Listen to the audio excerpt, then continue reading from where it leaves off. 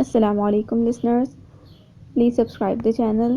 آج جو میں کمپلیٹ ناول سٹارٹ کرنے جا رہی ہوں وہ ہے دل اس کو ڈھونڈتا تھا، جو کہ تحریر ہے بشریٰ احمد کی۔ Let start it. یہ اس کی زندگی کا مشکل ترین فیصلہ تھا۔ حنان مجید سے رابطے کا مطلب تھا اپنی ذات کی دھجیاں خود بکھیر دی جائیں، لیکن اسے اس پل صراط سے گزرنا تھا۔ پوری رات ایک ہی پوزیشن میں لیٹے سیاہ آسمان کو تکتے گزری تھی۔ کہیں کوئی اس کا دیا ٹمٹماتا نظر آ رہا تھا۔ ابا کی آس بھری نظریں اس کے دل کے فیصلے کی راہ میں رکاوٹ تھیں۔ ابا کی خاطر اسے یہ سب کرنا ہی ہوگا۔ فجر کی اذان کے ساتھ ہی بستر چھوڑتے ہوئے اس نے دل اور دماغ میں جاری جنگ سے نظر چراتے ہوئے حتمی فیصلہ کیا تھا۔ جائے نماز پر بیٹھی وہ کتنی ہی دیر اپنی سونی ہتھیلیوں کو دیکھتی آنسو بہائے گئی۔ زندگی کتنے رنگ دکھا چکی تھی اور کتنے رنگ اس کے لیے ابھی اپنے دامن میں سمیٹے ہوئے تھی۔ یہ قیاس آرائی قبل از وقت تھی۔ مجھے حنان مجید سے ملنا ہے۔ حنان مجید میر سے؟ اس کا وزٹنگ کارڈ تک تو تھا نہیں اس کے پاس۔ ہاں، دفتر کی بلڈنگ وہی تھی۔ مجید انکل والی ایڈریس بابا نے اسے اتنی اچھی طرح سمجھا دیا تھا کہ وہ بغیر کسی دقت کے اس وقت ریسیپشن پر کھڑی تھی۔ کس سلسلے میں؟ ریسیپشنسٹ نے پیشہ ورانہ مسکراہٹ چہرے پر سجائی تھی۔ پرسنل ایشو ہے۔ اس نے پیشانی پر آئی نمی کے قطرے ٹشو سے صاف کیے تھے۔ آپ کی اپائنٹمنٹ ہے ان کے ساتھ؟ لڑکی ایک دم سنجیدہ ہوئی تھی۔ جی نہیں، لیکن آپ انہیں بتا دیں کہ… اس کے لبوں کی بات ادھوری رہ گئی۔ آفس کا دروازہ کھلا تھا اور اندر سے دو خوش پوش اور خوش مزاج افراد برآمد ہوئے تھے۔ حنان مجید کو دیکھ کر اس کے دل کی دھڑکنیں ایک بار پھر منتشر ہوئی تھیں۔ میں نے بہت بڑی غلطی کی ہے۔ اس کا بس چلتا تو وہیں کھڑے کھڑے غائب ہو کر اپنی غلطی کا ازالہ کر دیتی۔ سر، محترمہ آپ سے ملنا چاہتی ہیں۔ حنان اپنے مہمان کو الوداع کہہ کر پلٹا ہی تھا کہ ریسیپشن والی لڑکی نے اسے آگاہ کیا۔ جی، کس سلسلے میں؟ حنان نے ایک لمحہ رک کر اس کی شکل بغور ملاحظہ کی تھی۔ چہرے پر شناسائی کی کوئی رمق نہ ملی۔ میں آپ سے اکیلے میں بات کر سکتی ہوں؟ اپنی خفت مٹاتے ہوئے اس نے قدرے ہموار لہجے میں کہا تو وہ ناسمجھی کے عالم میں اسے دیکھ کر رہ گیا۔ پروفیشنل لائف میں روزمرہ کئی بار اس صورتحال سے گزرنا پڑتا تھا۔ عموماً جاب کے خواہش مند خواتین و حضرات جب کسی سفارش کے سلسلے اس کے پاس آتے تو اکیلے میں ملاقات کی ڈیمانڈ ہی کرتے تھے، لیکن اس لڑکی کے چہرے کے تاثرات اس کی اندرونی کشمکش کے آئینہ دار تھے۔ سو کچھ سوچ کر اس نے اپنے آفس کا دروازہ اس کے لیے وا کیا تھا۔ جی فرمائیے۔ ٹیبل پر اس کے مقابل بیٹھتے ہوئے وہ مطلب کی بات پر آیا تھا۔ میں عبیرہ اعتزاز ہوں۔ اس نے یوں بتایا جیسے عبیرہ اعتزاز ہونا کوئی جرم ہو۔ عبیرہ اعتزاز؟ مقابل کے لبوں نے اس کا نام دہرایا تھا۔ آنکھوں میں الجھن لیے اس نے اپنے سامنے سر جھکائے بیٹھی اس لڑکی کو دیکھا تھا اور اگلے ہی پل ذہن نے شناخت کے مراحل طے کیے تھے۔ کیسی ہیں آپ؟ جب پہچان لیا تھا تو حال احوال پوچھنا بھی لازمی تھا۔ عبیرہ نے جھکا سر اٹھا کر اس کی آنکھوں میں دیکھا۔ میں ٹھیک ہوں، ابا آپ کو یاد کر رہے تھے۔ ان کی طبیعت ٹھیک ہوتی تو وہ رابطہ کرتے آپ سے۔ اس نے ایک ہی سانس میں اپنی آمد کا مقصد بیان کیا۔ خیریت؟ وہ چونکا۔ کیا ہوا انہیں؟ ایک ماہ پہلے فالج کا اٹیک ہوا تھا۔ گھر کا ایڈریس آپ کو معلوم ہے نا؟ وہ غالباً اس کی آمد کو کنفرم کرنا چاہ رہی تھی۔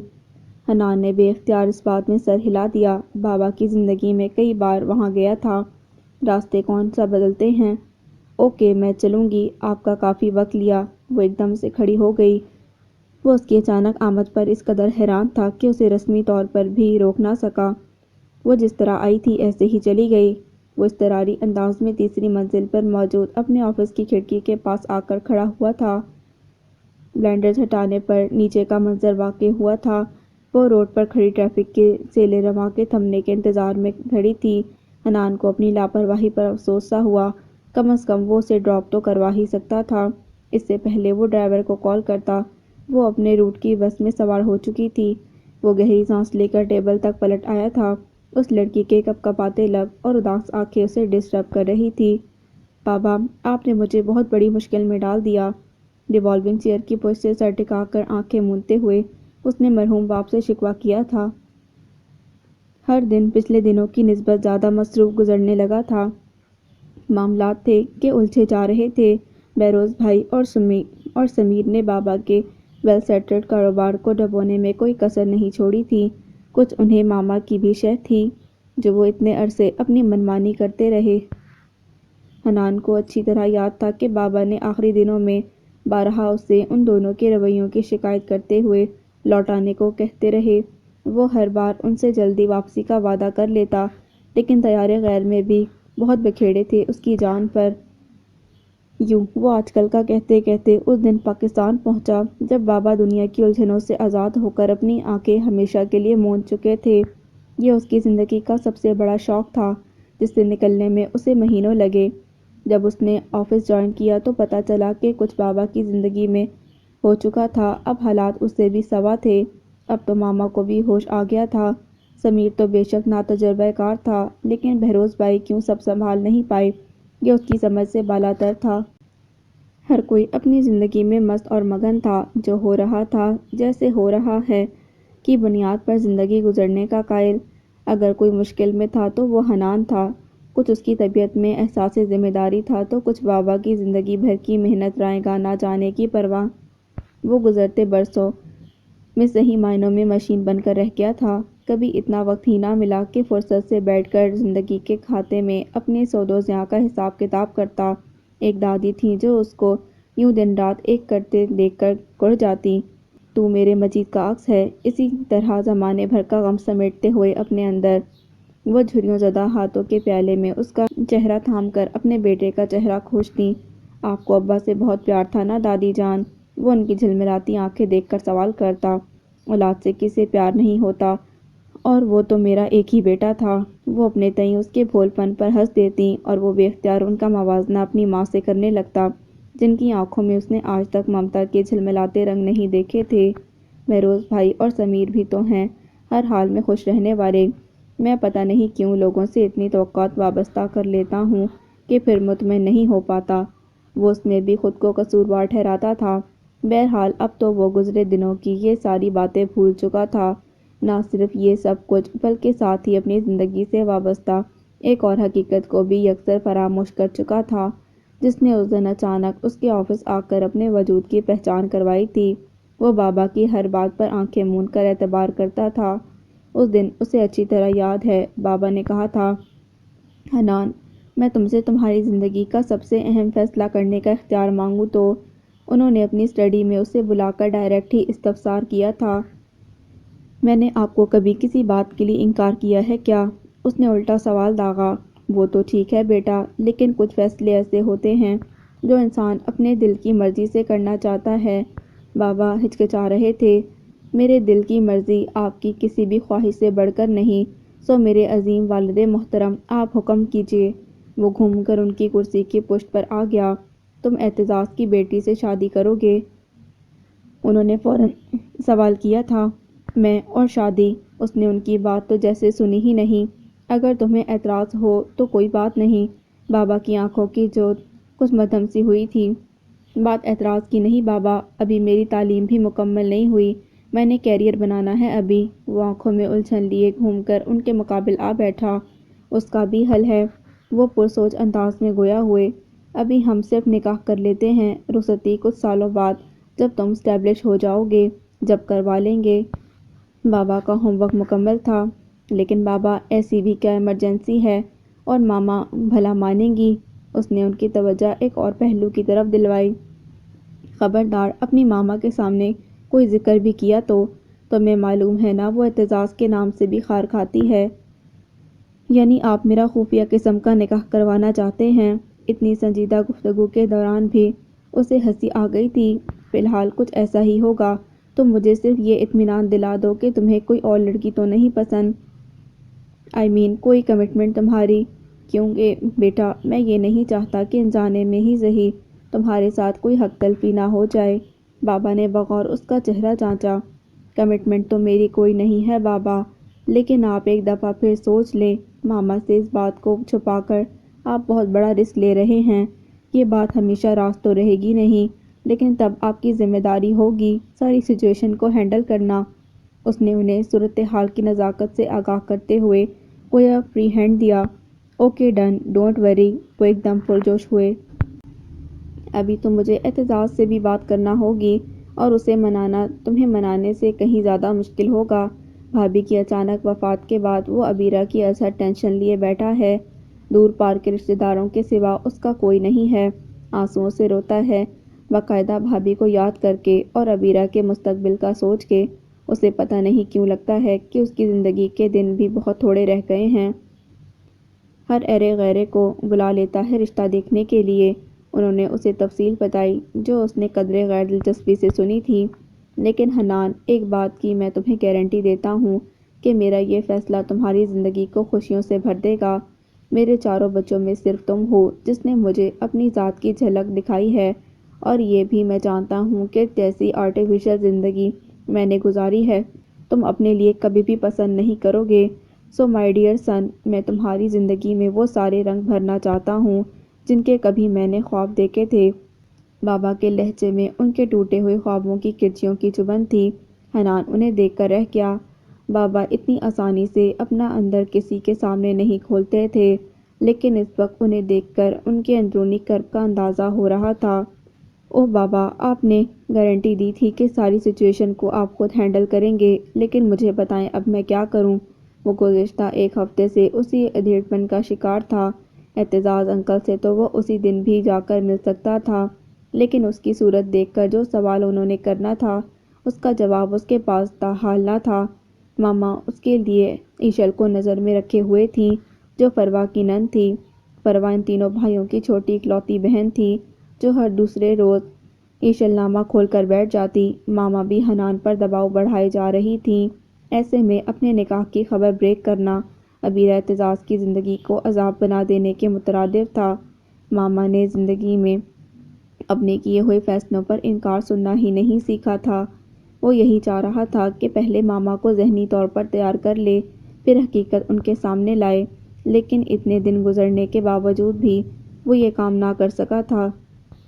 اس دن بھی ناشتے کی ٹیبل پر اپنے مقابل ماما کو آ کر بیٹھتے دیکھ کر اس نے گہری سانس لی۔ ماما اپنی بے حد مصروف زندگی میں روٹین سے ہٹ کر کسی کے لیے چند لمحے نکالتی تھیں تو وہ بے سبب نہیں ہوا کرتے تھے۔ آج فروا کو سسرال سمیت ڈنر پر انوائٹ کیا ہے میں نے، انہوں نے نیوز پیپر اپنے سامنے پھیلاتے ہوئے اسے مطلع کیا۔ تو وہ جانتے بوجھتے بھی انجان بنا۔ حنان، انہوں نے تنبیہی انداز میں اسے گھورا، میں تمہیں اسی لیے بتا رہی ہوں کہ ڈنر پر تمہاری موجودگی ضروری ہے، ایشل بھی آئے گی۔ ماما پلیز، اس نے احتجاج کیا، میں نے آپ کو کلیئر بتا رکھا ہے کہ ایشل میں مجھے کوئی دلچسپی نہیں اور ابھی میرا شادی کرنے کا کوئی ارادہ نہیں، اور ہر دفعہ کی طرح میں آج بھی یہی پوچھوں گی کہ کیوں؟ کیونکہ میں اپنی پسند سے شادی کرنا چاہتا ہوں، اس نے پرسکون انداز میں جواب دیا۔ اوہ تو یہ بات ہے، انہوں نے ہونٹ سکیڑے، مجھے پہلے ہی پتا تھا کہ اپنی دادی سے تمہاری جو لمبی لمبی میٹنگز ہوتی ہیں ان کا یہی انجام ہوگا۔ کیسا انجام؟ اس نے ناسمجھی سے انہیں دیکھا۔ ماما دن چڑھے سو کر اٹھتی تھیں، پھر سارے دن کی سوشل ایکٹیویٹیز کے بعد رات گئے گھر آتی تھیں، لیکن اس کے معاملات کی ایک ایک خبر ان کے پاس ہوتی تھی۔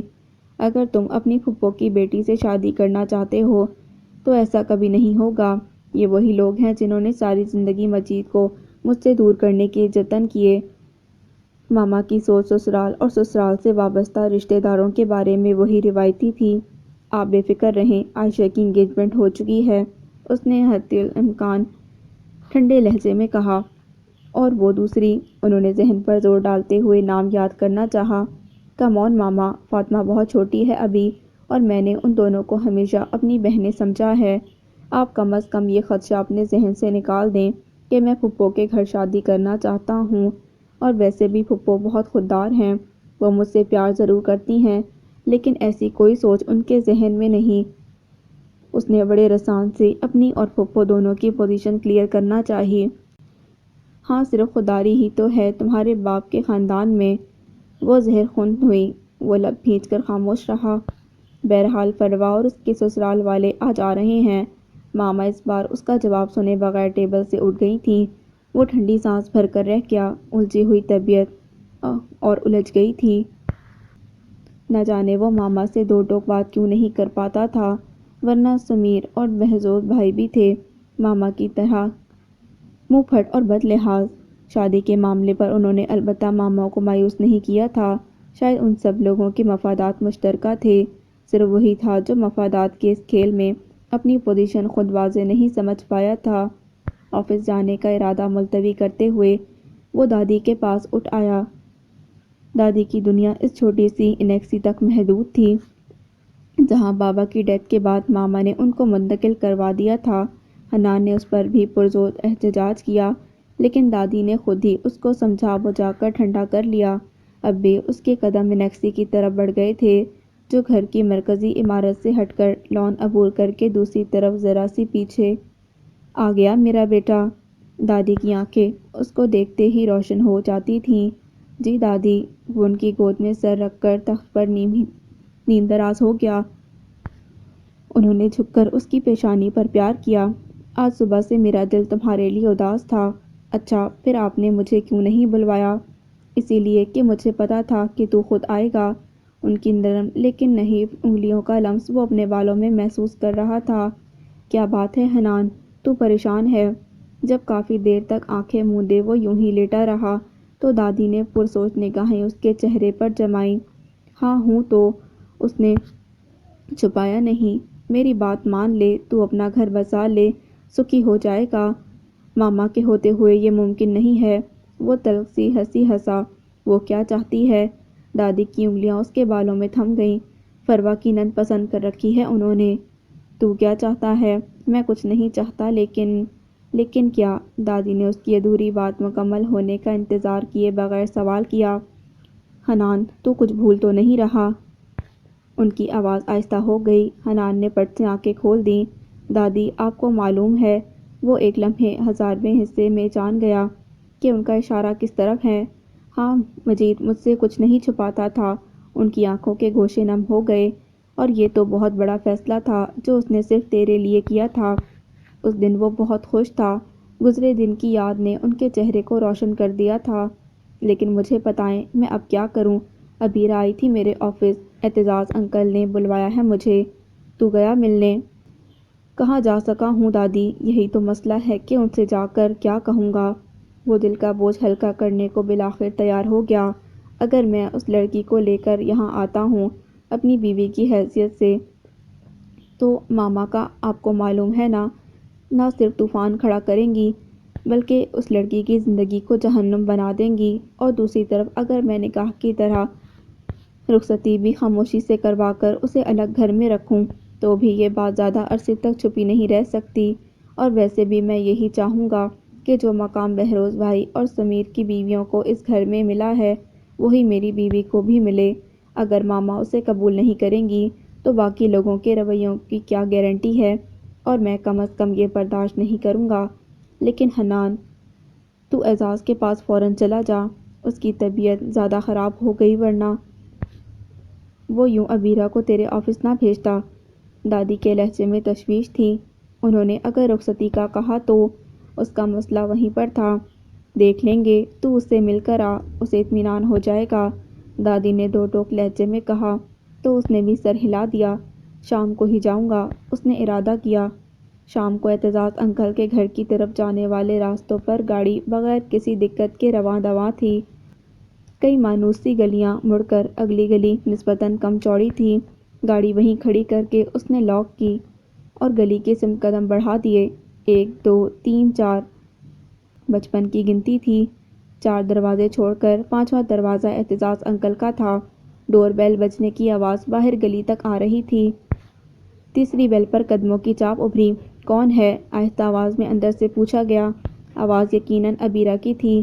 اتنا اندازہ تو حنان کو ہو گیا تھا۔ میں ہوں حنان، اس نے اپنا تعارف کروایا۔ وہ دروازہ کھول کر سائڈ پر ہو گئی۔ بڑا سا ذہن عبور کر کے برآمدے میں پڑی کرسیوں کی طرف اشارہ کر کے وہیں رک گئی۔ اعتزاز انکل کرسی پر بیٹھتے ہوئے اس نے سوالیہ انداز میں ابیرہ کو دیکھا۔ ان کا انتقال ہو گیا، ابیرہ نے مشینی انداز میں جواب دیا۔ حنان کو شوق لگا۔ وہ بیٹھتے بیٹھتے پھر کھڑا ہو گیا۔ 4 روز پہلے۔ ابیرہ کرسی کی پشت پر انگلی سے کچھ لکھ رہی تھی۔ حنان سے کچھ نہیں بولا جا رہا تھا۔ وہ ایک بار پھر لیٹ ہو گیا تھا۔ گھر میں اور کون ہے؟ گھر کی خاموشی محسوس کر کے وہ چونکا۔ کوئی نہیں۔ ابیرہ کے گلے میں پھندا سا لگ گیا۔ اعتزاز انکل کی کہانی بابا نے سنائی تو تھی۔ سوتیلے بہن بھائی اور دور پار کے رشتے دار سبھی خود غرض تھے۔ اسے یقین آ گیا۔ رات میں پڑوس سے آپا جی آ جاتی ہیں جنہوں نے مجھے قرآن پاک پڑھایا تھا۔ بمشکل اس نے بات پوری کی۔ وہ کرسی پر گرنے کے سے انداز میں بیٹھ گیا۔ ذہن کئی اطراف میں گردش کر رہا تھا۔ اگر اس لڑکی کا اور اپنا رشتہ بھول بھی جائے تو اعتزاز انکل کی بیٹی کو بھی وہ یوں اکیلا نہیں چھوڑ سکتا تھا۔ میں جاب کرنا چاہتی ہوں اور اگر کسی ہاسٹل میں رہائش مل جائے تو۔ وہ انگلیاں مروڑنے لگی۔ وہ سب تو ہو جائے گا یار۔ حنان کسی اور ہی سوچ میں تھا۔ میں اپنے ڈاکومنٹس آپ کو دے دوں؟ وہ فوراً سے بیشتر جواب چاہ رہی تھی۔ کیا پتہ یہ ایک بار چلے گئے تو پھر آئیں یا نہ آئیں، اسی لیے وہ کسی قسم کا رسک نہیں لینا چاہتی تھی۔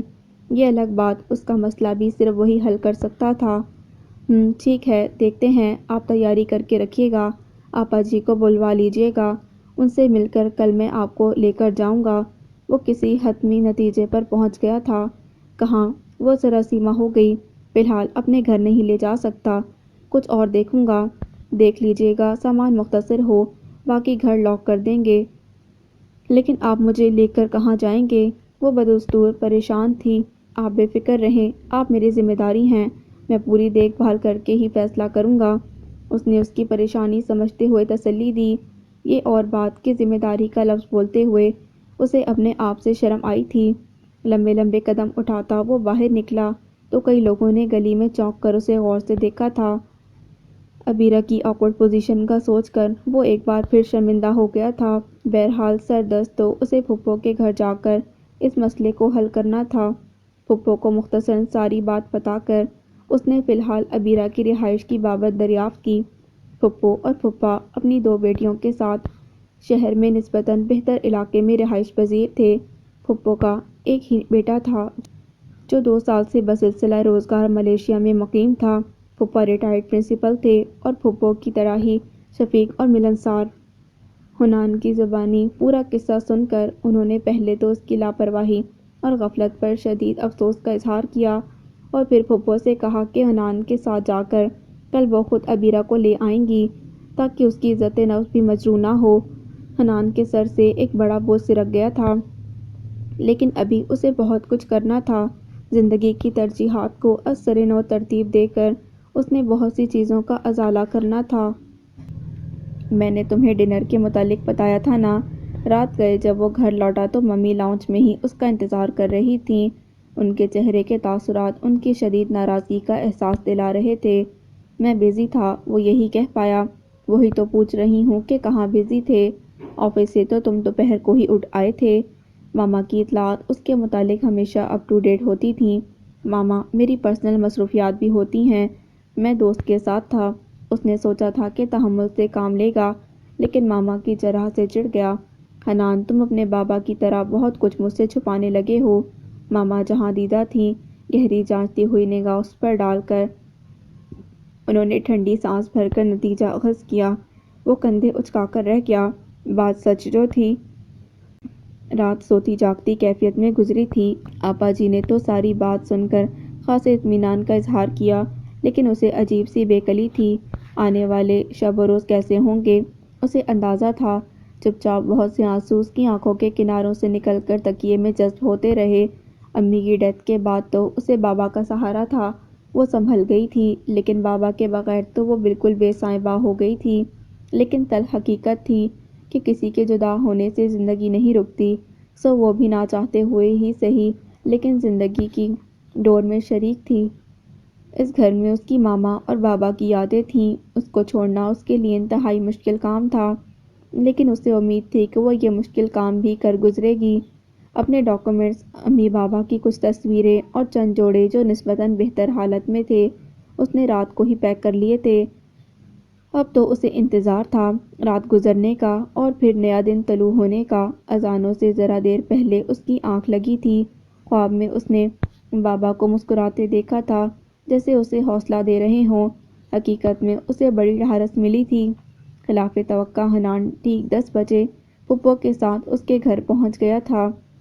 پھپھو بہت محبت سے ملی، اعتزاز انکل کا افسوس کیا اور کافی دیر تک گلے سے لگا کر اسے تسلی دی۔ ذرا سی محبت پا کر اس کی آنکھیں ٹپ ٹپ برسنے لگی تھیں۔ سوجی ہوئی متورم آنکھیں اس کے رجکے کا پتہ دے رہی تھیں۔ بابا کے بعد وہ اپنی ماں، دادی اور بہن بھائیوں کے باوجود خود کو تنہا محسوس کرتا تھا، اور یہ لڑکی حقیقتاً کتنی تنہا تھی۔ حنان نے تعصب سے لب کھینچ لیے۔ پھپھو نے آپا جی کے ساتھ مل کر گھر کو لاک کیا۔ وہ تو سن ہوتے وجود کے ساتھ دیوار سے لگی کھڑی تھی۔ اپنا گھر تو ہر لڑکی کو چھوڑنا پڑتا ہے، لیکن ایسی رخصتی کسی کی نہ ہو۔ اس کو لگا اس نے اپنے آنسوؤں کو نہ بہنے دیا تو اس کا دل پھٹ جائے گا۔ حنان نے اس کا سامان گاڑی میں رکھا اور وہ آپا جی سے مل کر پھپھو کے ساتھ گاڑی میں آ بیٹھی۔ گاڑی جانے پہچانے راستوں سے گزر رہی تھی۔ یہ اس کا اپنا شہر تھا، لیکن اس وقت اسے سارے منظر انجانے لگ رہے تھے۔ پھپھو کے گھر اس کا والہانہ استقبال ہوا۔ عائشہ اور فاطمہ دونوں نے اسے بھرپور پروٹوکول دیا۔ پھپھا جان بھی بہت محبت اور اپنائیت سے ملے۔ دل کو یکونا ڈھارس ہوئی۔ امید ہے یہاں آپ کو کوئی مسئلہ نہیں ہوگا۔ عائشہ اور فاطمہ اچھے مزاج کی تھیں، ہیں تو کزنز لیکن میرے لیے بہنوں کی طرح ہیں۔ امید ہے ان کے ساتھ آپ کا اچھا ٹائم گزرے گا۔ پھپھو کچن میں گئیں تو حنان نے اسے مخاطب کیا، آپ آیا کریں گے یہاں؟ عبیرہ نے اٹکتے ہوئے پوچھا۔ ہاں بالکل آیا کروں گا۔ وہ ذرا سا مسکرایا۔ ویسے آپ میرا نمبر بھی لے لیں، اگر کوئی مسئلہ ہو تو کال کر لیجیے گا۔ حنان اس کی پریشانی سمجھ رہا تھا۔ فون ہے نا آپ کے پاس؟ اسے اچانک ہی خیال آیا۔ وہ خفت سے انداز میں نفی میں سر ہلا گئی۔ گھر پر پی ٹی سی ایل تھا، بابا کے پاس موبائل بھی تھا جو ان کے آخری دنوں میں خراب ہوا تو پھر صحیح ہی نہیں کروایا جا سکا۔ اٹس اوکے، میں لا دوں گا۔ حنان نے کوئی اور سوال نہیں کیا۔ میرے اکاؤنٹ میں پیسے ہیں، میں کچھ دنوں تک خود ہی لے لوں گی۔ ڈونٹ وری، میں نے کل بھی کہا تھا کہ آپ میری ذمہ داری ہیں، اگرچہ مجھ سے اس سلسلے میں بہت کوتاہی ہوئی ہے، but it's never too late. اور میرا خیال ہے کہ مجید میر اور اعتزاز احمد کے مابین جو تعلق تھا وہ اتنا مضبوط تھا کہ اگر تم میرے نکاح میں نہ بھی ہوتی تو میں پھر بھی وہی کرتا جو کر رہا ہوں۔ بات کے اختتام تک وہ آپ سے تم پر آ گیا تھا، نکاح کے لفظ تک عبیرہ نظر جھکا کر رہ گئی۔ شکر ہے یہ حقیقت یاد ہے ان کو اب تک۔ اس دن وہ زیادہ دیر نہیں رکا تھا، لیکن اگلے روز آفس سے واپسی پر آیا تو اس کے لیے موبائل بھی لے آیا تھا۔ اس میں میں نے اپنا نمبر بھی محفوظ کر دیا ہے۔ وہ عبیرہ سے بات کر رہا تھا اور پھپھو دونوں کو ساتھ ساتھ کھڑا دیکھ کر خوش ہو رہی تھیں۔ اللہ دونوں کے دلوں میں محبت پیدا کرے، کتنی اچھی جوڑی ہے۔ انہوں نے دل سے ان کی خوشیوں کے لیے دعا کی تھی۔ عبیرہ کا دل تو کسی حد تک لگ ہی گیا تھا۔ عائشہ اور فاطمہ سے ایک لمحہ بھی اکیلا نہیں چھوڑتی تھیں۔ کہنے کو اس گھر میں 4 افراد تھے، لیکن پھر بھی خاصی رونق لگی رہتی تھی۔ عبیرہ نے کچن کے کاموں میں بھی حصہ لینا شروع کر دیا تھا، اور اب اسے غیر معینہ مدت تک یہاں رہنا تھا تو اپنی جگہ خود بنانی تھی۔ پھپھو، میں چاہتی ہوں کہ میں جاب کروں۔ وہ پھپھو کے پاس بیٹھی ان کی قمیض میں بٹن ٹانک رہی تھی کہ اچانک کچھ خیال آنے پر بولی۔ پھپھو کی اچھی نیچر کے باعث وہ کچھ ہی دنوں میں کافی ان سے مانوس ہو گئی تھی۔ مجھے تو بیٹا کوئی اعتراض نہیں، لیکن بہتر ہوگا کہ تم حنان سے مشورہ کر لو۔ پھپھو نے کپڑے سمیٹتے ہوئے اسے دیکھا۔ ویسے یہ خیال تمہارے ذہن میں آیا کیسے؟ کسی چیز کی ضرورت ہو تو بغیر جھجکے مجھے بتا دیا کرو۔ تم میرے لیے عائشہ اور فاطمہ کی ہی طرح ہو بیٹا۔ پھپھو سمجھی کہ وہ اپنی کسی ضرورت کے باعث ایسا کہہ رہی ہے۔ نہیں پھپھو، مجھے کسی چیز کی ضرورت نہیں، میں محض اسی لیے کہہ رہی ہوں کہ ذرا مصروفیت ہو جائے گی۔ وہاں تو میں ٹیوشن پڑھاتی تھی تو کافی وقت گزر جاتا تھا۔ چلو دیکھتے ہیں۔ پھپھو نے ٹال دیا۔ وہ حنان سے بنا پوچھے اس کو جواب دینا نہیں چاہ رہی تھیں۔ انہوں نے حنان کو فون کر کے اسے عبیرہ کی خواہش کے بارے میں بتایا۔ جاب کی کیا ضرورت ہے پھپھو؟ جاب کے ساتھ کئی مسائل ہوتے ہیں۔ وہ گھر میں رہنے والی سادہ سی لڑکی ہے، وہ ہر سچویشن کو ہینڈل نہیں کر سکتی۔ بہرحال میں 2-4 روز میں چکر لگاؤں گا تو اس سے خود بات کروں گا۔ لیکن پھر 2-4 دن کی جگہ 2 ہفتے گزر گئے۔ پھپھو دادی کے پاس گئی تھیں۔ وہاں سے پتہ چلا کہ وہ کسی ایگزیبیشن کے سلسلے میں جاپان گیا ہوا ہے۔ مجید بھائی نے اس لڑکے کو مصیبت میں ڈال دیا۔ ماں اور بھائیوں کے نوہرے معیار، کاروباری مصروفیت، ایک اکیلی اس کی جان کرے تو کیا کرے۔ ماں کے سامنے پھپھو نے دل کے جذبات کا اظہار کیا۔ سچ بتاؤں اماں، مجھے اس لڑکی پر بہت ترس آتا ہے۔ حنان اسے اپنی ذمہ داری سمجھ کر نبھانا تو چاہ رہا ہے، لیکن میں نے محسوس کیا ہے کہ جذباتی لحاظ سے اس کو اس لڑکی کے ساتھ کوئی وابستگی تو ہے ہی نہیں کہ اس کے لیے پوری دنیا کے سامنے ڈٹ جائے۔ لیکن 1 آدھ سال یہ معاملہ ایسے ہی لٹکتا رہا تو اس لڑکی کا کیا بنے گا؟ سچ پوچھیں تو مجھے ہول آتا ہے۔ پھپھو بھی اتنے دنوں سے کسی سامے کی تلاش میں تھیں تو اپنا تجزیہ لے کر بیٹھ گئیں۔ ہاں مشکل تو ہے، عافیہ تو دونوں بہوئیں دولت کے پلڑے میں تول کر لائی ہے، لیکن میرے مجید کی نیت صاف تھی، اللہ کوئی نہ کوئی سبب بنا ہی دے گا۔ دادی نے انہیں تسلی دی، تو اسے مجھ سے ملوانے تو لے آتی۔ کیسی ہے وہ؟ اعتزاز کی بیوی تو بہت خوبصورت تھی۔ دادی کے لہجے میں اشتیاق تھا۔ بہت پیاری ہے اماں، عبیرہ بھی، لیکن میں یہاں نہیں لا سکتی، بھابھی کو بھنک بھی پڑ گئی نا تو بہت برا ہوگا۔ چل اچھا موسم ذرا بہتر ہو جائے تو میں آؤں گی تیری طرف۔ دادی نے ان کی بات سے اختلاف نہیں کیا۔ گھر آ کر پھپھو نے اسے حنان کے جاپان جانے کے متعلق بتایا تو اس کا دل افسردہ ہو گیا۔ اسے یہاں آئے 2 ماہ ہونے کو آئے تھے اور ان 2 ماہ میں مختصر سی کال کے علاوہ کوئی رابطہ نہیں کیا تھا۔ سچ تو یہ ہے کہ عبیرہ کو خود بھی اپنے مستقبل کا اندازہ تھا، اسی لیے اس نے جاب کی بات کی تھی تاکہ کسی نہ کسی حد تک اپنے پیروں پر کھڑی ہو سکے۔ صدا پھپھو کے گھر تو نہیں رہ سکتی تھی نا۔ بہرحال فی الوقت تو اسے حنان کی واپسی کا انتظار کرنا تھا۔ جاپان سے واپسی پر کئی دن تو اسے اپنی روٹین سیٹ کرنے میں لگ گئے۔ ایک دن دفتر سے جلدی اٹھا تو پھپھو کے گھر کا رخ کیا۔ عائشہ اور فاطمہ نے اسے دیکھ کر خوشی کا اظہار کیا۔ حنان تم بہت لاپرواہ ہو گئے ہو۔ عائشہ نے جتاتی نظروں سے اسے دیکھا تو وہ گہری سانس لے کر رہ گیا۔ اب دادی اور پھپھو کے ساتھ تم بھی لیکچر دیا کرو گی مجھے۔ وہ لاؤنج میں بیٹھ گیا تھا، سمجھ گیا تھا کہ اس کا اشارہ کس طرف ہے۔ پھپھو کدھر ہیں؟ ابو کے ساتھ ڈاکٹر کے پاس گئی ہیں۔ کیوں خیریت؟ ہاں بس ٹمپریچر ہو رہا تھا 2 دن سے، خود ہی میڈیسن لے رہی تھیں، لیکن آج ابو زبردستی لے گئے ہیں۔ اور عبیرہ؟ شکر ہے اس کا بھی پوچھ لیا، جس کا سب سے پہلے پوچھنا چاہیے تھا۔ بہرحال وہ چائے بنا رہی ہے، میں بلاتی ہوں اسے۔ عائشہ اٹھ کر چلی گئی۔ السلام علیکم۔ کچھ ہی دیر میں عبیرہ چائے کی ٹرے اٹھائے لاؤنج میں چلی آئی۔ وعلیکم السلام، کیسی ہو؟ حنان نے موبائل اسکرین سے نظر اٹھا کر اسے دیکھا۔ پہلے کی نسبت کمزور ہو رہی تھی وہ۔ میں ٹھیک ہوں۔ وہ ٹیبل پر چائے رکھ کر پلٹنے لگی کہ حنان نے اسے آواز دی، کہاں جا رہی ہو؟ بیٹھو یہاں۔ جی۔ وہ کسی معمول کی طرح اس کے مقابل میں آ کر بیٹھ گئی۔ تم جاب کرنا چاہتی ہو؟ جی سوچ تو رہی ہوں۔ کیوں کرنا چاہتی ہو؟ کوئی فائنینشیل پرابلم ہے؟ اس نے چونک کر حنان کو دیکھا۔ اپنا فیوچر کسی حد تک سیکیور کرنا چاہتی ہوں۔ اس نے سوچ رکھا تھا کہ 2 ٹوک بات کرے گی۔ تمہارا ماسٹرز کس سبجیکٹ میں ہے؟ حنان نے پرسوچ نظروں سے اس کے چہرے پر نظر جمائی، جیسے اس کی بات کی تہہ تک پہنچ گیا ہو۔ ماسٹرز تو نہیں، گریجویشن کی ہے۔ وہ شرمندہ ہو گئی۔ بابا کی بیماری کی وجہ سے اس نے گریجویشن بھی جیسے تیسے مکمل کی تھی۔ اوکے پھر پہلے تو تم ماسٹرز کرو گی، کیونکہ گریجویشن کی بنیاد پر تو تمہیں کوئی اچھی جاب نہیں ملے گی۔ حنان نے فوراً فیصلہ کیا۔ ڈن ہو گیا پھر میں انفارمیشن لے لیتا ہوں کہ ایڈمیشن کب ہوں گے۔ ماسٹرز تو میں پرائیویٹ بھی کر سکتی ہوں۔ اسے حنان کی اپنے متعلق فیوچر پلاننگ مایوس کر گئی تھی۔ ایک دفعہ بھی تو اس نے اسے آئندہ زندگی کے حوالے سے کوئی امید نہیں دلائی تھی۔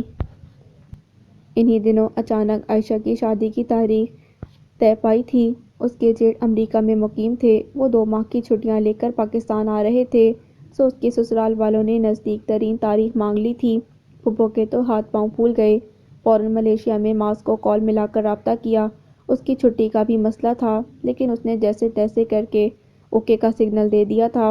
تیاری تو پھپھا پھوپھی نے کر رکھی تھی، لیکن پھر بھی بازاروں کے چکر لگنے شروع ہو گئے۔ عبیرہ بھی اس موقع پر اپنی تمام تر یأس اور پس مردگی بھلا کر ان کی مدد کروا رہی تھی۔ بازار کا زیادہ تر کام تو پھپھو اور عائشہ ہی کر رہی تھیں، لیکن اس نے گھر کی طرف سے انہیں مکمل مطمئن کر دیا تھا۔ پھپھو کے دل میں اس کے لیے دعائیں نکلتی تھیں۔ حنان نے کئی بار چکر لگایا۔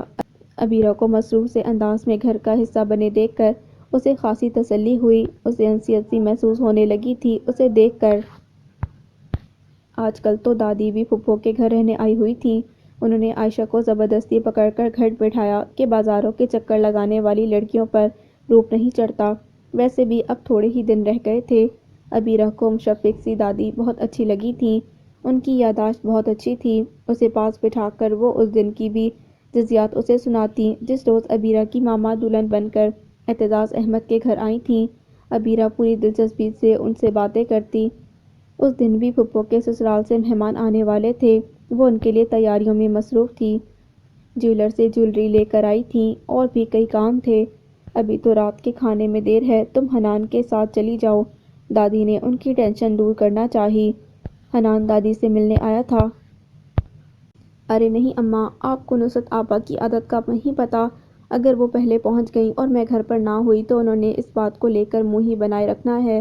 ایسا کریں آپ مجھے بتا دیں کہ کہاں سے کیا لینا ہے، میں ابیرہ کے ساتھ لے جاتا ہوں، اس کو شادی کے لیے شاپنگ بھی کروانی ہے، آپ کے کام بھی کر لیں گے ہم۔ حنان آج حقیقت میں اسی کام کے لیے آیا تھا۔ پھپھو اور دادی تو خوشی کے مارے گنگ ہو گئیں۔ فٹافٹ ابیرہ کو تیار ہونے بھیجا، ساتھ ہی عائشہ کو بھی آنکھ کے اشارے سے کہا کہ ذرا اسے ڈھنگ کی تیاری کروائے۔ عائشہ دادی کا اشارہ پا کر ابیرہ کے پیچھے ہی چلی گئیں، اور ابیرہ سے تو یقین ہی نہیں آ رہا تھا کہ حنان نے از خود اس کا نام لیا ہے۔ چوں چرا کیے بغیر اس نے عائشہ کی ہدایت پر عمل کیا۔ قدرے جھینپتے ہوئے وہ حنان کے ساتھ گاڑی میں آ کر بیٹھی۔ اسے حنان کے ساتھ جاتا دیکھ کر سب لوگ خوش تھے۔ خوش تو وہ بھی بہت تھی۔ اس کے نہ کرنے کے باوجود حنان نے دل کھول کر اسے شاپنگ کروائی تھی۔ کتنی مکمل شخصیت تھی حنان کی۔ اس کے ساتھ چلتے ہوئے اسے خود پر رشک آ رہا تھا۔ وہ اسے سوچنا نہیں چاہ رہی تھی، لیکن اس کا مسکرانا، چلنا پھرنا، اس کی حرکات و سکنات سب کی سب اس کے ذہن پر نقش ہو رہی تھیں۔ کمال ہے یار، تمہارے ساتھ تو شاپنگ کرنا بہت آسان ہے، ورنہ خواتین تو سنا ہے ایک سوٹ پسند کرنے میں کئی گھنٹے لگا دیتی ہیں۔ حنان نے گاڑی میں بیٹھتے ہوئے ہلکا پھلکا انداز اختیار کیا تھا۔ ابیرہ کیا جواب دیتی کہ وہ تو آج مکمل طور پر اس کی شخصیت کے حصار میں آئی ہوئی تھی۔ یہ دن آنے والے کئی راتوں تک اس کے خوابوں میں آنا تھا، یہ تو طے تھا۔ یہ لڑکی کون ہے؟ نصرت پھپھو نے شربت پیش کرتی ابیرہ کے ہاتھ سے گلاس تھامتے ہوئے پہچاننے کی کوشش کی۔ یہ ابیرہ ہے، مجید کے مرحوم دوست کی بیٹی۔ دادی نے جو بیان کیا تھا وہ سب کو چونکا گیا، کیونکہ ابھی تک یہی طے پایا تھا کہ اس کا تعارف پھوپھا جان کے کسی دوست کے حوالے سے کروایا جائے گا۔ اماں، آپ نے نصرت آپا کو حقیقت کیوں بتائی؟ آپ کو پتہ ہے شادی میں عافیہ بھابھی بھی آئیں گی، ان تک یہ تعارف پہنچا تو؟ پھپھو نے تنہائی میسر آتے ہی دادی سے سوال کیا۔ ابھی اس کو بھی یہی بتانا، میں نے بہت سوچا ہے، یہی مناسب ہے، بے نام و نشان بہو کو تو وہ کبھی قبول نہیں کرے گی، دادی نے توجہ دی۔ اور اعتزاز بھائی کی بیٹی کو بہو کے طور پر قبول کر لیں گی؟ پھپھو کو دادی کی سادگی پر تعجب ہوا۔ اللہ بہتر کرے گا، تم ابھی سے یہ سب سوچ کر ہلکان نہ ہو، دادی نے پھپھو کو تسلی دے دی تھی، لیکن وہ یہ بھی جانتی تھیں کہ یہ بہت بڑا رسک ہے جو وہ لے رہی تھیں۔ میری پریشانی کی فکر نہ کریں اماں، اصل مسئلہ اس بچی کا ہے۔ ویسے تو عافیہ بھابھی ایک نظر کے بعد دوسری نظر بھی نہ ڈالیں، لیکن جب اعتزاز بھائی کا ذکر ہوگا تو وہ ضرور چونک جائیں گی، یا نہیں؟ اور یہی سوال حنان نے بھی دادی سے کیا جب اسے سارے معاملے کی خبر ہوئی۔ حنان، مصلحت پسندی اچھی چیز ہے بیٹا، لیکن کبھی کبھی مصلحت پسندی بزدلی بن جاتی ہے۔ کچھ فیصلوں کو مصلحت کے تابع نہ رکھنا ہی بہتر ہوتا ہے۔ سیدھی سادی دادی نے کوئی سنی سنائی بات کہی تھی یا اپنی زندگی سے سیکھا سبق اسے سکھانا چاہا تھا؟ وہ کچھ سمجھ نہیں پایا۔ لیکن دادی پھر بھی، وہ شاید ان کی بات سے متفق نہیں تھا، لیکن کھلم کھلا اختلاف بھی نہیں کر پایا۔ تو مجھے صرف یہ پتا کہ تیری زندگی میں آج جو گمگوں کی کیفیت ہے اس کا سرا مجید کے تیرے نکاح کے فیصلے سے جا ملتا ہے نا؟ اگر مجید اس وقت مصلحت پسندی کی چادر نہ اوڑھتا تو تیرے لیے زندگی اتنی بیزار نہ ہوتی۔ میں بیزار نہیں ہوں دادی، بابا نے اپنی طرف سے میری بہتر زندگی کا سبب بنانا چاہا۔ اس نے فوراً باپ کو کٹہرے سے نکالا۔ میں مجید کا فیصلہ غلط نہیں کہہ رہی، ابیرہ کو دیکھے بنا ہی میرے دل نے مجید کے فیصلے کو درست قرار دے دیا تھا، اور اب ایسی موہنی اور تابع دار بچی کو دیکھ کر تو دل سے باقاعدہ دعا نکلتی ہے کہ اللہ تعالیٰ تم دونوں کو ہمیشہ خوش و خرم رکھے۔ میں نکاح کو چھپانے کے حق میں نہیں تھی، میں نے بڑا سمجھایا تھا اپنے مجید کو، لیکن وہ آنے والے وقت سے اچھی امید رکھتے ہوئے مصلحت کا شکار ہو گیا تھا، اور اب عمل کی تمام تر ذمہ داری تیرے کندھوں پر ہے۔ اب مجھے کیا کرنا چاہیے دادی؟ باہر کی یونیورسٹی کا پڑھا ہوا کاروباری دنیا کے اسرار و رموز سے بخوبی آگاہ وہ شخص اپنی زندگی کی الجھی ڈور سلجھانے کے لیے اس ضعیف العمر خاتون کی رائے کو فوقیت دے رہا تھا۔ ابھی تو شادی کے ہنگاموں سے فراغت پا کر میں عبیرہ کو اپنے ساتھ لے جاؤں گی۔ میری دیکھ بھال کے لیے تجھے کسی ملازمہ کی ضرورت تھی نا؟ ملازمہ میرا کتنا خیال رکھ سکتی تھی یہ مجھے بھی پتہ ہے، بس اب عبیرہ کو لے چلوں گی۔ یہاں نصرت نے محاذ کھولا ہوا ہے، محاذ کی ہونے والی ساس ہے اور اسے اس گھر میں محاذ کی موجودگی میں ایک جوان جہان لڑکی کا وجود گوارا نہیں۔ ساری دنیا ہی خدائی فوجدار بنی ہوئی ہے اور وہاں ماما جو طوفان اٹھائیں گی دیکھ لیں، سنبھال لیں گی آپ۔ حنان کو ان کی تجویز پسند آئی تھی، یہ تو اس نے سوچا ہی نہیں تھا۔ دل و دماغ پر سے بوجھ ہٹتا محسوس ہوا، پھر بھی دادی کا فیصلہ چیک کرنا چاہ رہا تھا۔ میں نے کیا سنبھالنا؟ تیری تجویز تو خود ہی سنبھالنا۔ دادی مسکرائیں، وہ سر کھجا کر رہ گیا۔ لیکن حنان یہ سب کچھ عارضی ہوگا، تو نے جلد از جلد کسی فیصلے پر پہنچنا ہوگا۔ اگر تو یہ رشتہ نبھا سکتا ہے تو تجھے خود راہ بنانی پڑے گی، اور اگر تیری نظر میں کوئی دوسرا حل ہے تو بھی صحیح فیصلہ تجھ کو ہی کرنا ہوگا۔ دوسرا حل؟ حنا چونکا۔ تیری اگر پیار محبت کی شادی ہوتی تو وہ پیار تجھے تیرے اپنوں کو قائل کرنے کے قابل بناتا، تیرے اندر ہمت پیدا کرتا۔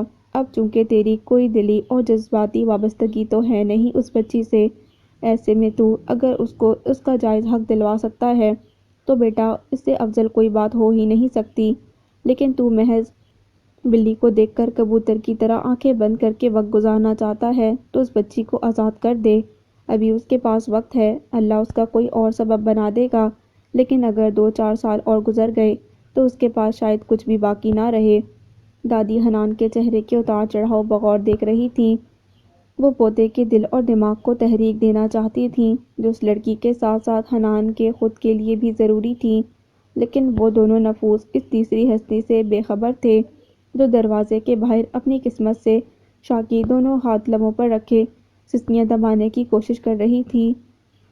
کاش دادی حنان کی طرح وقت کو ٹالے جاتی۔ تلخ حقائق کا سامنا کرنا آسان نہیں تھا، اور حنان جیسے شخص کا ہو کر بھی اس کی زندگی سے نکل جانا قطعی آسان نہ تھا۔ شادی کی تقریبات میں دادی کی کہی باتوں کی گونج اگر عبیرہ کے کانوں میں آتی رہی تو حنان بھی اس سے دامن نہ چھڑا سکا۔ عبیرہ نے پوری کوشش کی کہ سر جھٹک کر سارے خیالات سے دامن چھڑا کر شادی کی ذمہ داریوں میں پھپھو کا ہر ممکن ہاتھ بٹائے، کیونکہ ان گزرے چند ماہ میں اس گھر سے وابستہ کسی بھی شخص نے خیریت کا احساس ہونے نہیں دیا تھا۔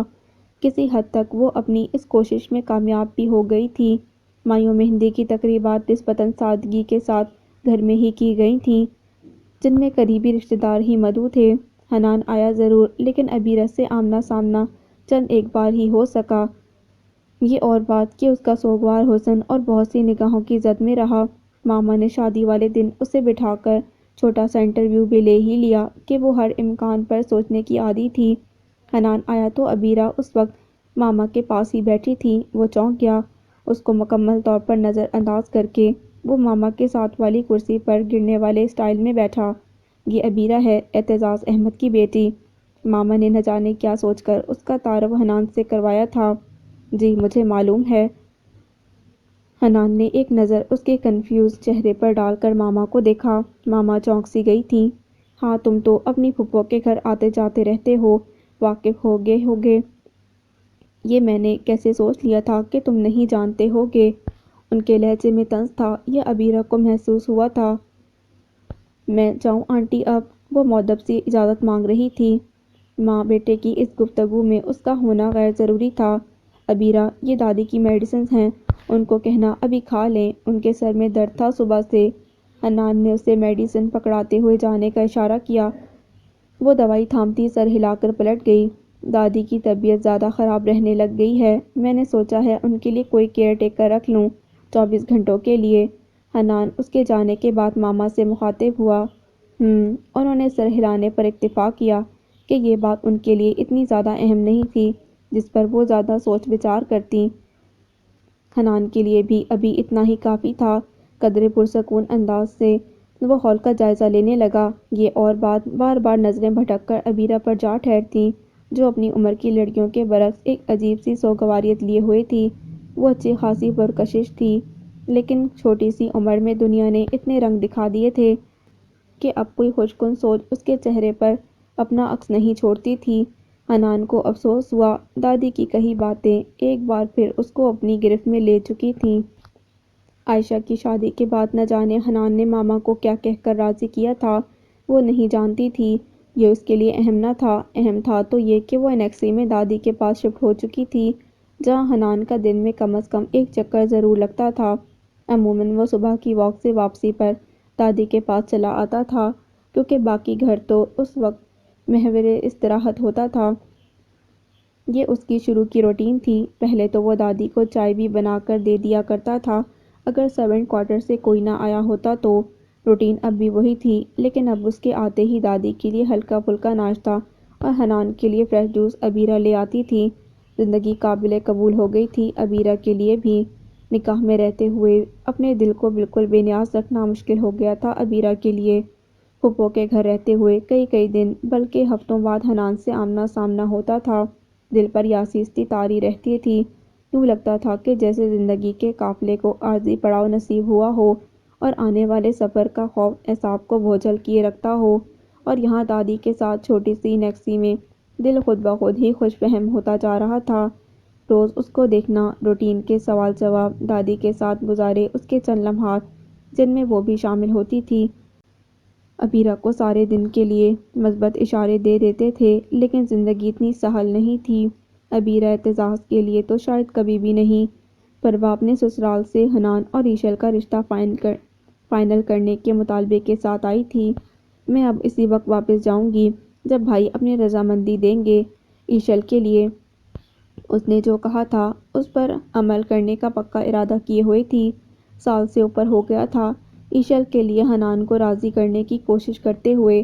یہ کیا بچکانہ حرکت ہے پروا، تم کیا سمجھتی ہو میں اس طرح تمہاری یا تمہاری نند کی بچکانہ ضد پر شادی کر لوں گا؟